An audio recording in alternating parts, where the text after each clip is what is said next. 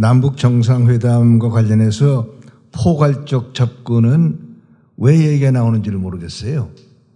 누가 포괄적 접근 얘기를 합니까?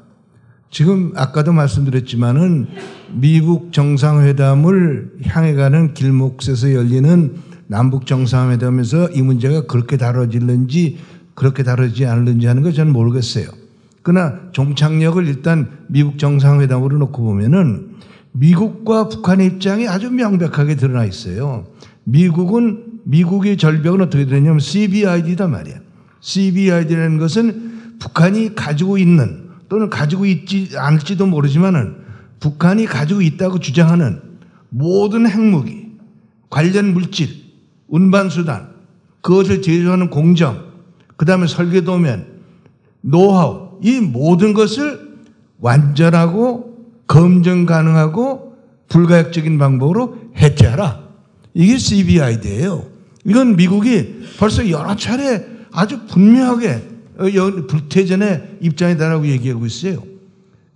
우리가 컴프리헨시브라고 하는 포괄적이라는 말은 9.19 성명 단계에서는 몇 년 전에 나왔지만 지금은 그게 나오는 아무 데서도 안 나와요. 문제는 CBID예요. 그 CBID를 하는데 북한은 어떻게 버티고 있느냐? 우리는 지금 핵무기를 가지고 있는데 그 핵무기를 가지고 있는 나라가 우리 말고도 8나라가 있으니까 같이 싸잡아서 해야 된다. 이런 주장을 해요. 그건 미국은 절대로 인정하지 않는다. 이런 입장이에요. 그런데 이제 북한이 중국에 가서 시진핑이하고 소위 Progressive and Synchronous Resolution of Peace and 뭐 이래가지고 합의했단 말이에요. 그거는 CBID하고도 전혀 관계가 없고 소위 포괄하고도 전혀 관계가 없는 거예요. 그러면 그거는 말하자면 미국의 입장하고는 그 논의의 여지가 없으니까 우리가 지금 정상회담 차원에서 그 문제를 가지고 우리가 고민할 필요가 하나도 없죠. 또 하나는 이런 겁니다. 이 북한의 핵 문제를 우리가 생각하는데 여기에 계신 여러분 의원님들께서도 제 말씀 한번 듣고 생각을 해보세요. 우리가 미국에 대해서 역지사지 입장에 서서 이 문제를 봐야 됩니다. 우리가 미국의 입장을 한번 생각해 봐야 돼요. 작년 9월 30일 날 북한이 6차 핵실험을 했습니다. 그 6차 핵실험은 수소폭탄이고 그 수소폭탄은 5차까지 실시된 모든 핵실험의 파괴력의 20배 이상이다. 이렇게 됐어요. 그러니까 이것은 수소폭탄이다. 수소폭탄이 아니더라도 소위 열핵폭탄이다. 이게 아주 지금 세계적으로 공인이 되어버렸어요. 그 다음에 11월 28일 날 화성 15형 미사일 발사를 성공했는데 그건 550km 상까지 가서 떨어졌는데 그거를 이렇게 펴보면은 13,300m가 됐다. 그러면은 이제는 미국의 어느 지점에도 가서 이건 공격할 수 있는 능력을 갖게 됐다. 이건 뭘 말하느냐? 그 시점 이전에는 북한의 핵은 미국의 입장에서는 대안의 불이었어요. 먼 산의 불이었어요. 그런데 작년 9월 30일과 이 11월 28일 이후에는 발등의 불이 됐단 말이죠. 이제 북한이 썼다 하면은 미국 본토가 얻어맞게 생겼어요. 그럼 미국이 어떤 나라입니까? 미국의 군사력은 세계의 다른 나라 군사력을 다 합한 것들 감당할 정도의 초강대 군사 대국이에요. 그 나라가 북한이 김정일이 단추만 누르면은 워싱턴이나 어디나 불러받아가 되게 돼 있다. 이거를 가만두고 볼 수 있어요? 그러니까 작년 10월부터는 미국이 군사 옵션 얘기가 자꾸 나오잖아요. 군사 옵션이 나오는데 여러분께서 이걸 아셔야 돼요. 그동안 많은 분들이 무슨 외과 수술식 정밀 폭격 얘기를 하고 무슨 코피 터지기 일을 한단 말이에요. 그게 무슨 말씀이에요? 지금 북한에 대고 외과 수술 방식으로 정밀 타격 몇 군데 해본들 가령 또 코피를 터뜨리면은 북한이 가만히 있겠어요? 저 사람들 성정으로 서울을 막 묵사발을 만들죠. 근데 미국의 입장에서는 미국이 가지고 또 하나의 걱정이 있어요. 전 세계적인 동맹 체제를 관리해야 됩니다. 가령 북한의 핵을 다루는데 잘못 따라가지고 지금 미국의 2차 대전 이후 가장 미국이 자랑하는 동맹국인 한국이 얻어맞아서 깨졌다. 그러면 다른 나라들이 미국을 동맹국의 소위 갑의 국가로 어떻게 보겠습니까? 거기 그 신뢰성이 있겠습니까? 미국이 걱정해야 될 일이 그것이에요. 지금 미국이 가령 우리 문재인 정부가 믿더라도 그래도 동맹 차원에서 한국 국민들이 이율 피해 같은 거를 걱정합니다. 왜 걱정하느냐? 동맹국 관리의 입장에서 걱정을 안 할 수가 없어요. 미국이 아주 된 혼인한 적이 있어요. 카터 때 주한미군 철수 때문에 전 세계적으로 미국의 그 안보공항의 공실력이 떨어졌어요. 아주 그렇게 됐죠. 그걸 어떻게 수습했느냐? 레이간 대통령이 전두환 대통령을 워싱턴에 초청함으로 해서 한 단칼에 해결해 버렸어요. 그래서 미국의 그 안보공항에 대한 공실력이 회생을 합니다.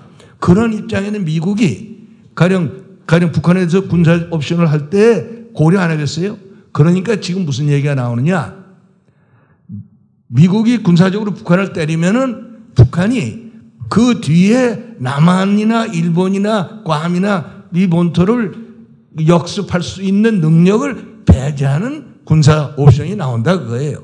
뭐 그건 제가 여러분의 상상에 맡기겠습니다만은 이미 그것이 어떤 내용이 될 것이냐 하는 데 대해서는 사실은 많이 이 대중적으로 토의가 됐어요. 그래가지고 미국이 북한을 군사적으로 때리면은 그 다음엔 북한이 가지고 있는 그 군사력을 가지고 남한에 집적거리거나 할 능력이 사라지는 거예요. 그거를 미국이 결의를 안 할 수가 없는 그런 지경에 지금 가고 있다라는 걸 우리가 생각해 봐야 돼요. 왜냐하면 발등에 불이 떨어졌으니까. 그런데 이번에 가령 그 이제 정상회담 문제가 나오는데 어떻게 됐습니까? 그 정의용 특사가 그 워싱턴에 가서 트럼프 대통령한테 이랬더니 트럼프 대통령이 그럼 하자. 그 대신 그 발표는 네가 해라. 그래가지고 기자실에 얘기했단 말이에요. 그 이튿날 그 트럼프의 대변인이 그거 아니다. 그러고 나서 최근에 이 워싱턴에서 자꾸 기자들이 백악관을 들쑤십니다. 북한에서 거기에 대한 해명이 있었느냐? 그 비핵화에 대해서. 그랬더니 백악관 대변인이 뭐라고 그랬습니까? 우리는 북한으로부터 들은 게 아무것도 없다. 그 문제에 관해서는 우리는 동맹국이 그렇다고 했기 때문에 동맹국을 믿고 우리는 추진하는 거다. 그 책임을 우리한테 지었어요. 그럼 우리가 그 이제 문재인 대통령 그 김정은 회담까지 어떻게 돼가지고 그 트럼프 그 이제 김정은이가 만납니다. 거기서 트럼프가 너 비핵화 하기로 했으니까 어떻게 했느냐? 그러면은 김정은이 뭐라고 그랬습니까? 그 progressive and synchronous. 행동 대 행동, 말 대 말로 하자 이럴 겁니다. 그러면 트럼프가 어떻게 되겠습니까? 아주 우스운 사람이 되죠. 그렇잖아요? 아주 놀림감이 되어버릴 것 아닙니까? 미국이 거기에 들어가겠습니까? 아마 이번에 문재인 대통령이 김정은을 만난과 동시에 그 내용을 파악해서 이 비핵화라는 것이 엉뚱한 수작이면은 그다음부터는 저는 아주 굉장히 우리가 상상하기 어려운 상황이 한반도에서 전개된다고 봅니다. 그런데 그 전개될 때 등장하는 군사적 어떤 행동이라는 것은 그 미국이 군사적 행동을 취한 뒤에 북한이 괜히 깐족 남한에 보복하는 상황을 남겨두는 그런 군사 행동이 절대로 안 될 것이다. 저는 그렇게 확신을 하고 있어요. 그런 관점에서 가령 이 정상회담을 보셔야 되고 그 정상회담에서 과거 있었던 것처럼 무슨 포괄적이다, 단계적이다 하는 얘기를 가지고 우리가 시간을 허비할 아무런 이유가 없다. 그렇게 말씀드립니다. 예. 윤 의원이 지금 말씀하시는 대로 지금 정부 여당 수뇌부 그다음에 청와대에서는 이번 4월 27일 정상회담 각본을 자기 나름대로 그리고 있는 것 같아요. 어떤 상황이 벌어졌을 때 이러한 홍보를 한다. 그 홍보의 대강도 지금 그림이 나오는 것 같아요. 그리고 이제 그렇게 나오면 어떻게 되느냐? 그거는 우리가 말릴 수가 없죠. 말릴 수가 없는데 그럼 어떻게 되느냐? 그거는 미국은 거기에 구애받지 않을 겁니다. 미국은 이제 미북 정상회담을 안 하겠죠.